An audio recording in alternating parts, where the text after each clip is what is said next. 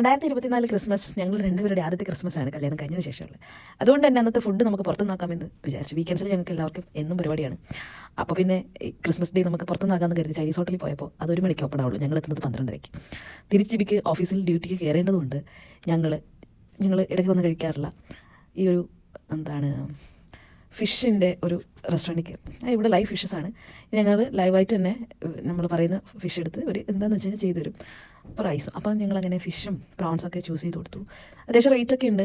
ക്രാബിന് 40 റിയാൽ, 130 റിയാൽ, അങ്ങനെ നല്ല റേറ്റുള്ള അത്യാവശ്യം റേറ്റൊക്കെ ഉണ്ട്.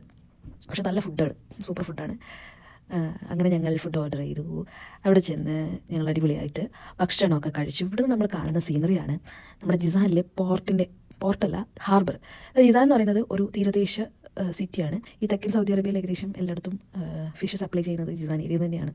അപ്പോൾ നല്ല വലിയ ഹാർബറാണ് ആ കാണുന്നത്. നിറയെ ബോട്ടാണ് അവിടെ. ഫുഡ് എത്തി, ഒരു ഹാഫ് ആൻ അവർ വെയിറ്റ് ചെയ്യണം. അങ്ങനെ ഫുഡ് എത്തി. ഇതാണ് ഗ്രിൽഡ് ഫിഷിൻ്റെ പേരൊന്നും എനിക്കറിയില്ല. ഒരു കാളഞ്ചീലം പോലത്തെ ഒരു ഫിഷാണ്. ഇതിങ്ങനെ നടുവേ കയറിയിട്ട് ഗ്രിൽ ചെയ്ത് വരുന്നതാണ്. പിന്നെ കുറച്ച് പ്രോൺസ് പറഞ്ഞു. ഞങ്ങൾ 2 പേരേ ഉള്ളൂ. പിന്നെ റൈസ്. ഇത്രയാണ് ഞങ്ങളുടെ ഫുഡ്. ബൈ.